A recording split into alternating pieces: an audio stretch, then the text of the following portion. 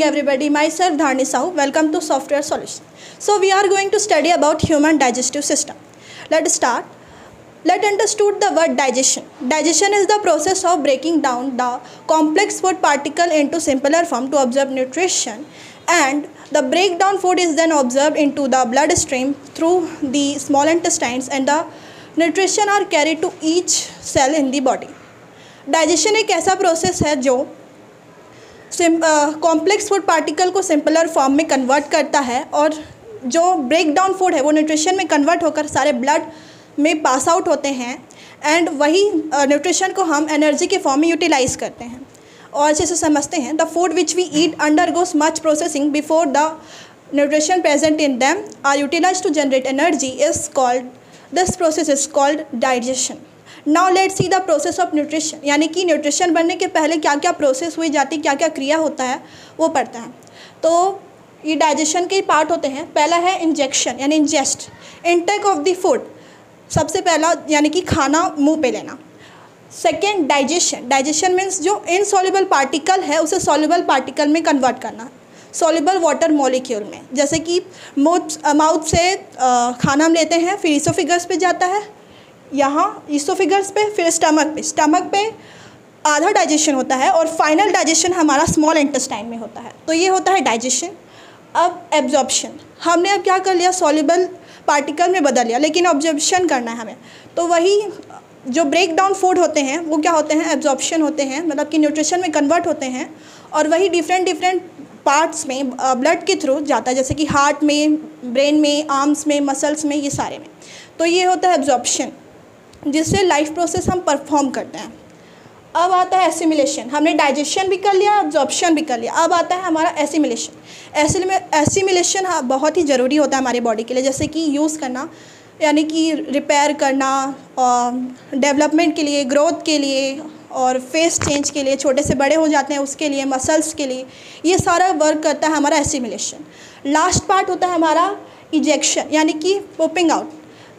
हमने सॉल्युबल को एब्जॉर्ब कर लिया, अब उसका क्या, जो अनडाइजेस्ट है, वो जो अनडाइजेस्ट होता है वो एनस के थ्रू एक्सक्रीट हो जाता है, मतलब कि रिमूव हो जाती हैं। Means rest of the undigested food was removed from the anus.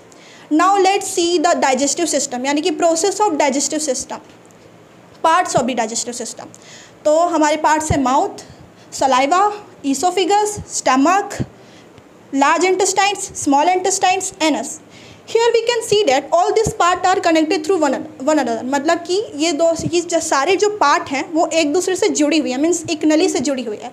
तो उस नली को हम कहते हैं एलिमेंट्री कैनाल, जो 9 मीटर लॉन्ग होता है, मीन्स यहाँ से लेके यहाँ तक।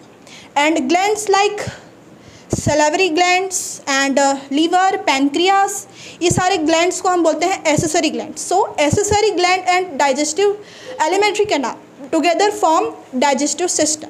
Now let's see in deeply the digestive system process. Whatever the food which we eat, it should be soft and wet, यानी हम जो भी खाना खाते हैं वो soft और wet होना चाहिए। Why? क्योंकि because if it is rough and dry, then our food can't easily travel through the alimentary canal. So whatever the food which we eat, it should be soft and wet. हम जो भी खाना खाते हैं वो soft और wet होना चाहिए। Do you know who does this job? Teeth, saliva, tongue, this 3 things make the food wet and soft.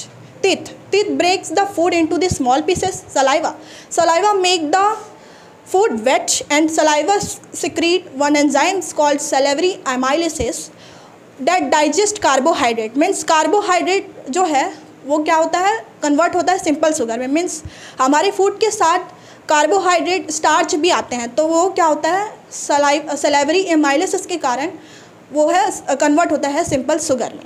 Tongue help to the food to mix out with the saliva and make it bolus. हम कुछ खाते हैं, उसे पहले दांत से तोड़ते हैं, उसके बाद सलाइवा के साथ वो मिक्स होता है, फिर टंग्स के साथ भी मिक्स होता है। तो वही जो फूड पार्टिकल जो होते हैं उसे मिक्स करने पर वो बोलस बनता है, तो वही उसे कहते हैं बोलस। नाउ हमने देखा कि सारे एलिमेंट्री कैनाल से जा रहे हैं, लेकिन ये what make the through to alimentary canal? So muscles of the alimentary canal make produce wave like movement called peristaltic movement. Peristaltic movement. Basically this peristaltic movement was help to the food to travel through the alimentary canal. Now absorption and digestion. Food from the mouth enters to the stomach.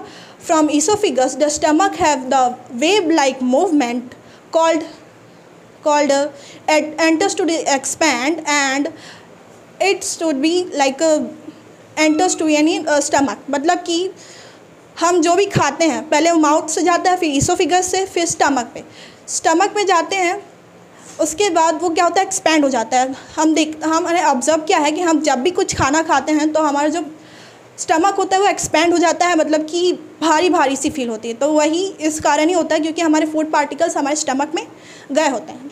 अब बारी आती है हमारी stomach की. तो the wall of the stomach have gastric gland. Gastric gland contain HCl, pepsin, mucus. Do you know their functions? Let's see their functions. HCl. HCl is an acid that kills the bacteria whose enters with the stomach along with food. HCl एक acid है जो bacteria को किल करता है, मतलब कि food के साथ हमारे स्टमक में बैक्टीरिया भी आता है. तो वो जो HCl होता है वो बैक्टीरिया जो होते हैं उनको किल करता है, डिसमिस करता है. Now pepsin. Pepsin is the digestive enzymes वो डाइजेस्ट द प्रोटीन. वो क्या करता है, पेप्सिन जो है वो प्रोटीन को डाइजेस्ट करता है, मतलब कि और प्रोटीन को ना एमिनो एसिड में वो कन्वर्ट करता है. Now mucus. Mucus protect the wall of the stomach from the action of hydrochloric acid. Hydrochloric एक एसिड है जो बैक्टीरिया को किल करता है और उससे स्टमक को हार्म ना हो, इसलिए जो हमारा म्यूकस होता है वो ना स्टमक के वॉल को प्रोटेक्ट करता है. Now small intestine. Small intestine